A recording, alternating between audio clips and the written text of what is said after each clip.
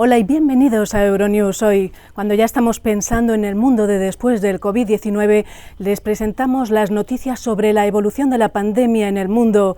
Esta y otras informaciones enseguida con los titulares. Nuevo choque entre Donald Trump y el Pentágono en pleno estallido racial en Estados Unidos. El presidente se niega a rebautizar bases militares. Mientras Europa abre fronteras, Estados Unidos supera los 2 millones de casos de COVID. El foco de atención se traslada ahora a la India, donde la pandemia avanza a marchas forzadas. México registra un récord de contagios de COVID con más de 4.800 nuevos casos en un solo día. Al mismo tiempo, los hoteles de Cancún reabren sus puertas. Valparaíso sin sus históricos ascensores. Fueron detenidos en marzo para evitar contagios, lo que complica aún más el día a día en una ciudad víctima de la pandemia. El Congreso español aprueba el ingreso mínimo vital. La medida tendrá un coste de unos 3.000 millones y está destinada a quienes acrediten una situación de vulnerabilidad. La Fiscalía de Bérgamo llamará a testificar al primer ministro italiano Giuseppe Conte por su gestión de la pandemia. Estatuas derribadas y peticiones de cambio de nombre de bases militares en la lucha contra el racismo en Estados Unidos. Pese a la disposición del Pentágono a rebautizar una decena de bases que tienen nombres de generales confederados, defensores de la esclavitud, el presidente Donald Trump se ha mostrado tajante, asegurando que no firmará ninguna ley en ese sentido porque lo considera inaceptable. La portavoz de la Casa Blanca ponía voz a las palabras de Trump. Estas bases monumentales y muy poderosas son parte de una gran herencia estadounidense, de una historia de victoria y libertad. Estados Unidos entrenó a nuestros héroes en estos lugares sagrados y ganaron 2 guerras mundiales. Por tanto, mi gobierno no considerará siquiera la idea de cambiar el nombre a estas instalaciones militares legendarias. Nuestra historia como la nación más grande del mundo no se verá atenuada con ello. Este nuevo desacuerdo con el Pentágono, que ya chocó con Trump al negarse a sacar al ejército a la calle, se produce en vísperas de que el presidente retome los actos de campaña. La primera parada será Tulsa, en Oklahoma, el próximo día 19. Le seguirán mítines en Florida, Arizona y Carolina del Norte. Estados Unidos superó este miércoles los 2 millones de casos de coronavirus y se acerca a los 113.000 muertos, según cifras de la Universidad Johns Hopkins. Mientras esto ocurre, en Europa, con la pandemia en claro retroceso, poco a poco se abren fronteras. Alemania lo hará el próximo lunes con Suiza, Francia, Austria y Dinamarca. También levantará todas las restricciones a la entrada de trabajadores temporeros de otros países de la Unión Europea. Para España, la gran cuestión es cómo salvar la temporada turística sin sufrir un nuevo rebrote. La solución va a ser el seguimiento, la responsabilidad de los pasajeros y la responsabilidad de los turoperadores, de los aviones, etcétera, de identificar a las personas enfermas, realmente enfermas, tratarlas y que estos hagan el seguimiento adecuado a ellos y sus contactos. En América Latina y el Caribe, la pandemia ya ha dejado más de 70.000 muertos, la mitad en Brasil. La OMS advierte de que a nivel mundial la situación sigue empeorando. Cada país tiene una combinación diferente de riesgos y oportunidades, dice el responsable del programa de emergencias sanitarias. Depende de las autoridades nacionales considerar cuidadosamente en qué punto se encuentran.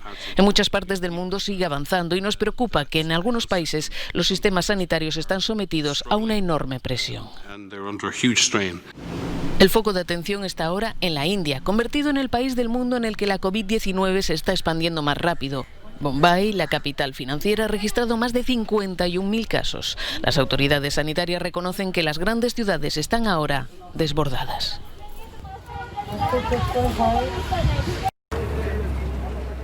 México marcó este miércoles un récord de contagios por COVID-19, con cerca de 4.900 nuevos casos registrados en un solo día. La pandemia ya ha dejado más de 15.000 muertos, lo que le convierte en el tercer país con más decesos del continente americano, solo por detrás de Estados Unidos y Brasil. La predicción, desde luego, quedó rebasada porque hay persistencia. Llevamos ya cerca de 17, 18 días en donde se ha estancado el descenso de la curva. Ciudad de México sigue en semáforo rojo, sin comenzar su reapertura económica debido al incesante número de contagios. Las autoridades anunciaron este miércoles un plan de detección masivo con el objetivo de alcanzar los 100.000 test al mes.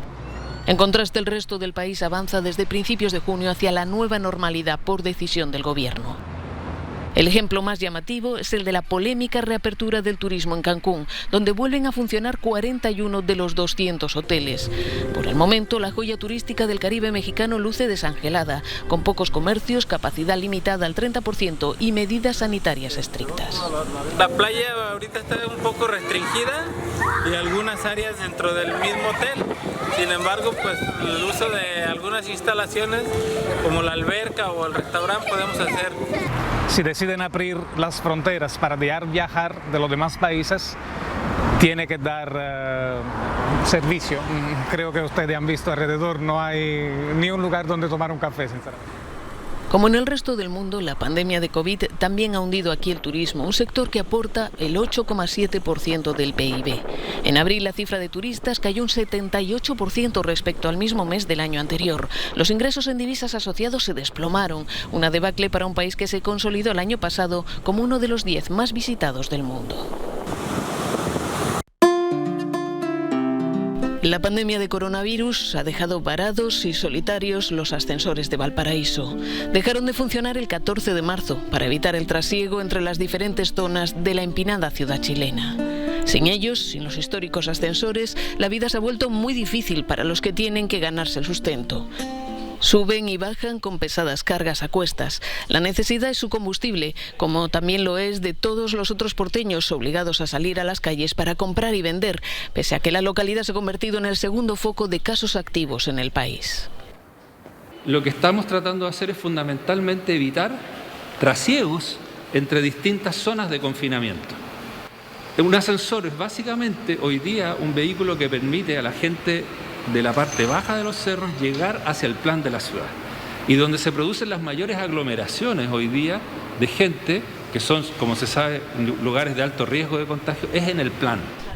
Pero la realidad económica choca con la realidad sanitaria. La primera víctima de la pandemia ha sido el turismo. Ya no hay extranjeros comiendo en los restaurantes de marisco ni comprando en los comercios. Y la población, humilde en su mayoría, tiene que sobrevivir. Trabajando en lo mismo, pero en otras partes.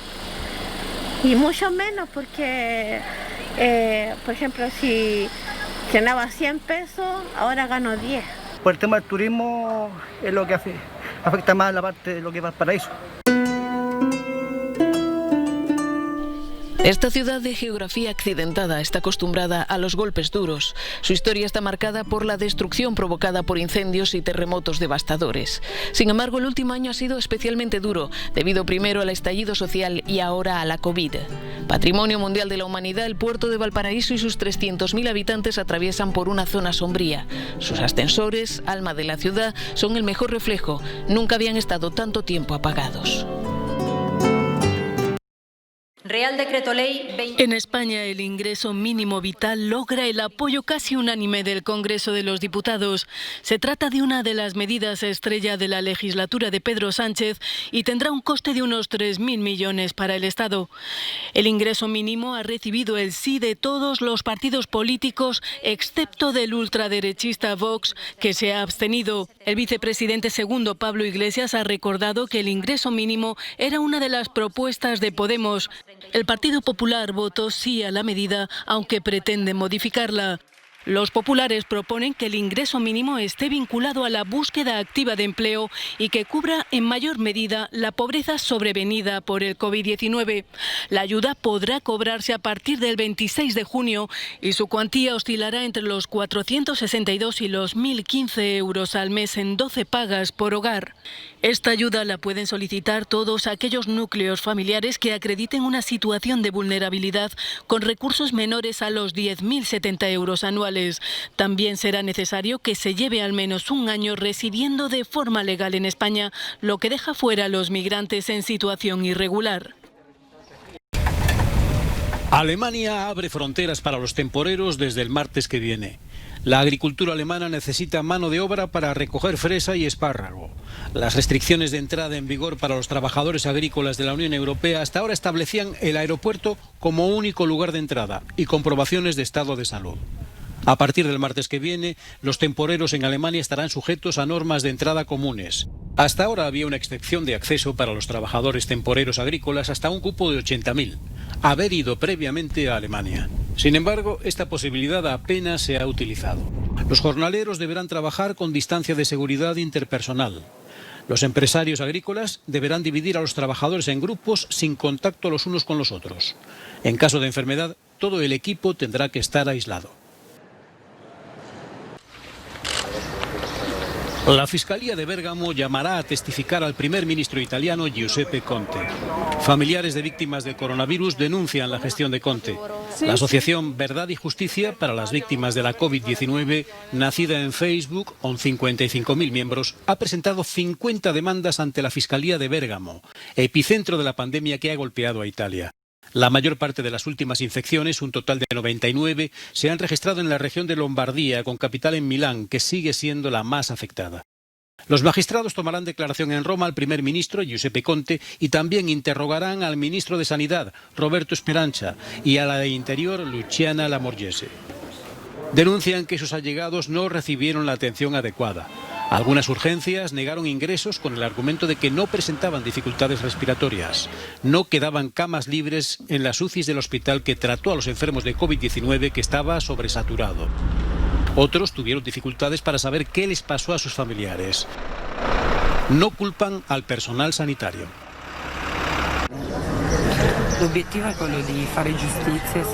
Queremos saber si existe alguna responsabilidad. Excluimos por completo al personal sanitario, al personal médico, que también es víctima de una situación devastadora.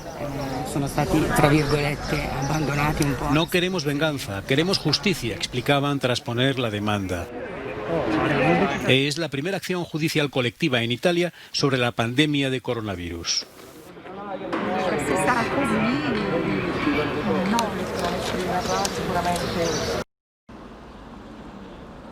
Este miércoles ha declarado ante la Audiencia Nacional en Madrid el único inculpado por la matanza de 5 jesuitas españoles en El Salvador a manos del ejército en 1989. El excoronel y exviceministro de Defensa salvadoreño Inocente Montano ha negado cualquier responsabilidad en lo ocurrido. Porque el delito lo cometieron soldados, no lo cometieron policías, digamos, que eran los que dependían de mi persona. Montano asegura que en aquel momento ejercía funciones administrativas, no operativas. La Fiscalía, que pide para él 150 años de cárcel, le acusa de haber participado en las reuniones en las que se tomó la decisión de eliminar a los jesuitas, entre los que se encontraba Ignacio Ellacuría, rector de la Universidad Centroamericana e ideólogo de la Teología de la Liberación. Además de los 5 religiosos españoles en la matanza perpetrada por un comando del ejército en el campus universitario, fallecieron otro jesuita y 2 colaboradores. El crimen conmocionó al mundo. Tuvo como telón de fondo la mayor ofensiva lanzada por la guerrilla del FMLN durante la Guerra Civil, una contienda que dejó al menos 75.000 muertos y desaparecidos. El aeropuerto de París-Roissy es el segundo con más tráfico de Europa.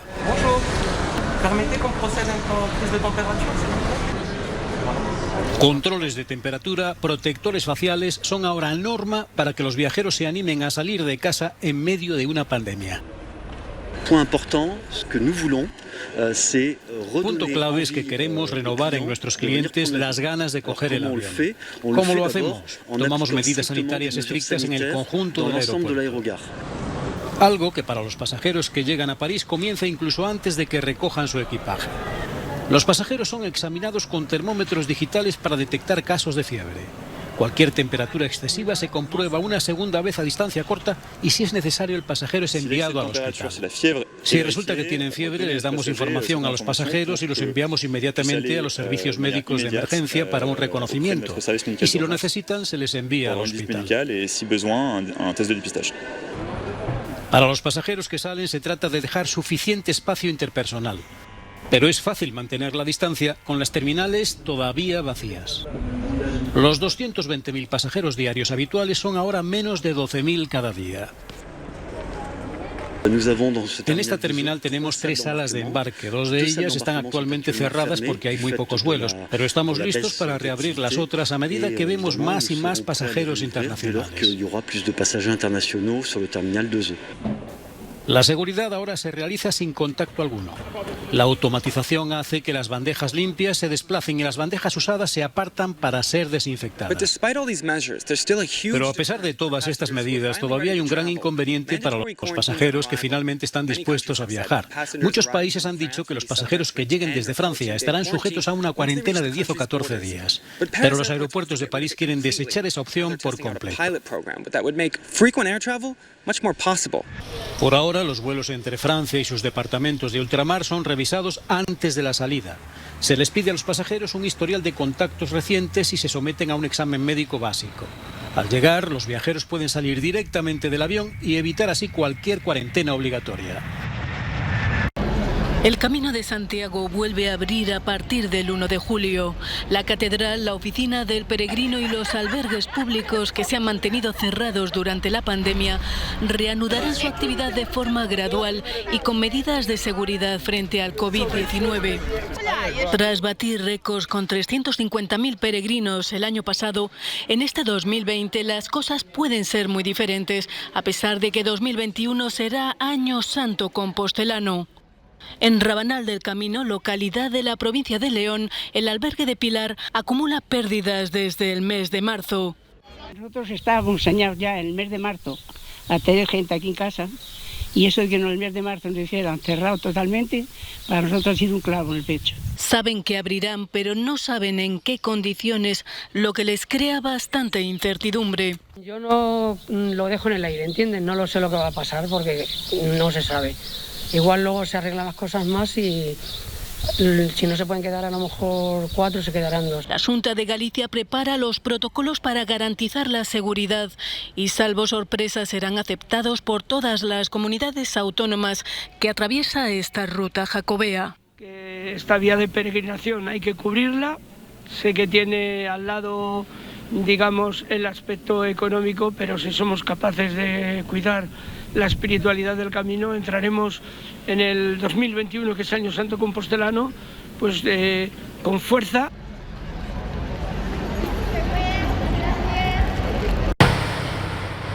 Como los seres humanos, los libros están en cuarentena. Esta es la Biblioteca Nacional de Florencia, una de las instituciones culturales más importantes de Italia. Aquí, más de 100 kilómetros de estantes recogen y conservan todo lo que se publica en Italia cada año. Después de más de 2 meses de cierre, la biblioteca ha reabierto parcialmente sus puertas y sus usuarios han comenzado a devolver los libros atrasados que habían tomado prestados antes del cierre. Sin embargo, los libros no pueden desinfectarse fácilmente porque el papel es demasiado delicado para ser tratado con cualquier tipo de detergente. Todos los materiales y volúmenes que han sido manejados por los usuarios se almacenan en una habitación como esta y se clasifican en cajas específicas de acuerdo con la fecha en que fueron devueltos para permanecer aquí durante 7 días. Desde la Segunda Guerra Mundial, este edificio nunca había estado cerrado durante tanto tiempo, ni siquiera durante la devastadora inundación del río Arno, que amenazó con destruir la biblioteca y todos sus libros. Detrás de esta puerta, la sala de lectura, ahora cerrada. La última vez que se cerró fue en 1966, en el momento de la gran inundación. Luego se usó como lugar de almacenamiento de libros rescatados del barro y las aguas. En el 66 esa tragedia se convirtió en una gran oportunidad porque por primera vez muchos ciudadanos, no solo italianos, sino también extranjeros y muchos jóvenes, por primera vez salieron de sus casas y viajaron a veces desde lugares muy lejanos para venir aquí y salvar su patrimonio cultural. Para muchos, devolver los libros a la vida significa volver a la vida normal. Esto es todo, pero la información continúa en nuestra página web. Les invitamos a seguirnos a través de nuestras redes sociales. Gracias por seguir con nosotros la información europea e internacional.